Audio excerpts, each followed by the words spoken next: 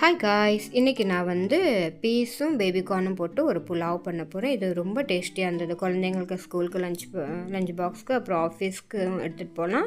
அதே மாதிரி எங்கேயாச்சும் டூரு நம்ம போகும்போது இந்த மாதிரி செஞ்சு எடுத்துகிட்டு போகலாம். ரொம்ப நல்லாயிருக்கும். இதுக்கு வந்து இந்த மாதிரி டம்ளரில் 2 டம்ளர் பொன்னி ரைஸ் தான் போட்டிருக்கேன், பாஸ்மதி ரைஸ் போடல. இதை போட்டு இதை தண்ணி ஊற்றி ஊற வச்சுக்கணும். இது கிட்டத்தட்ட 400 கிராம் கிட்ட இருக்கும்.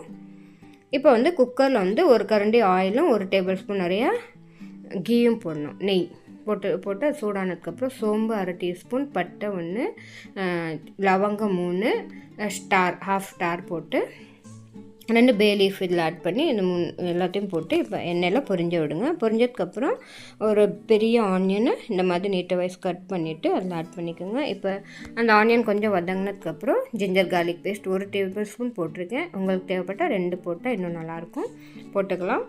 இப்போ இது ரெண்டும் நல்லா வதங்கினதுக்கப்புறம் ஒரு பெரிய சைஸ் தக்காளியை கட் பண்ணி அதை இதில் ஆட் பண்ணிடணும். இப்போ இது 3 நல்லா வதங்கணும். இது 3 நல்லா வதங்கினதுக்கப்புறம் இதில் நம்ம வந்து 1 டேபிள் ஸ்பூன் நிறைய உப்பு ஆட் பண்ணிக்கணும்.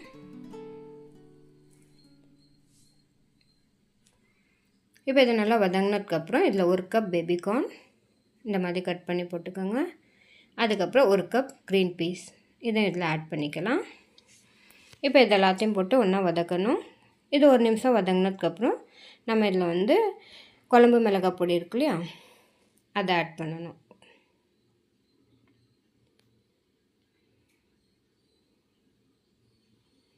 1 டேபிள் ஸ்பூன் குழம்பு மிளகாய் பொடி ஆட் பண்ணுங்கள். உங்களுக்கு காரம் ஜாஸ்தியாக தேவைப்பட்டால் நீங்கள் 2 டேபிள் ஸ்பூன் ஆட் பண்ணிக்கலாம்.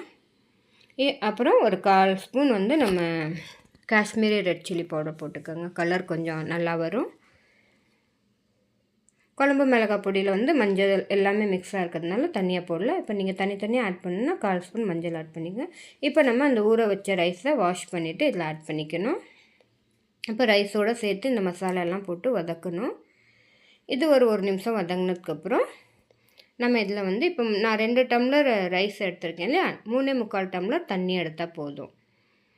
1 டம்ளருக்கு 2 டம்ளர் தண்ணி ஊற்ற வேண்டாம், 1/4 டம்ளர் கம்மி பண்ணி ஊற்றுங்க. அப்போ நல்லா உதிரியாக நல்லா வரும். இந்த மாதிரி 3/4 டம்ளர் தண்ணி எடுத்து இப்போ இதையும் இதில் ஊற்றிடணும்.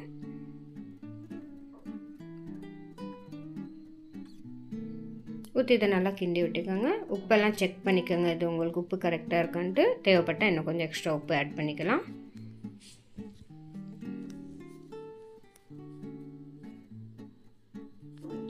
இப்போ வந்து மேகி மசாலா எல்லா இதுலேயும் போட்டால் ரொம்ப டேஸ்டியாக இருக்கும். நான் இதை குழந்தைங்களுக்கு பிடிக்குன்னு போட்டேன். அப்புறம் வந்து கரம் மசாலா ஒரு 1/4 டீஸ்பூன் போட்டு நல்லா கிண்டி விட்டுக்கோங்க.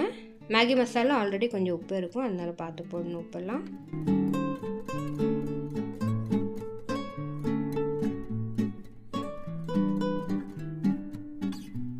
கொஞ்சம் பார்த்து போட்டுக்கோங்க. இதுக்கப்புறம் நம்ம இதோட லிட்டை க்ளோஸ் பண்ணி ஒரே ஒரு விசில் விடணும். ஃபுல் ஃப்ளேமில் வச்சு விட்டால் போதும். அதுக்கப்புறம் அதை நம்ம ஓப்பன் பண்ணி பார்த்தோன்னா இப்படி நமக்கு புலாவ் ரெடியாக கிடைக்கும். இதை கிண்டி பார்க்கலாம். பாருங்கள் எவ்வளோ உதிரியாக சூப்பராக வந்திருக்குன்னு. இப்போ இதை நல்லா மிக்ஸ் பண்ணிவிட்டு லஞ்ச் பாக்ஸ்க்கு இதை நம்ம கொடுத்துடணும். குழந்தைங்களுக்கு ரொம்ப பிடிக்கும், கொஞ்சம் கூட மிச்சம் விடாமல் சாப்பிட்டுட்டு வருவாங்க.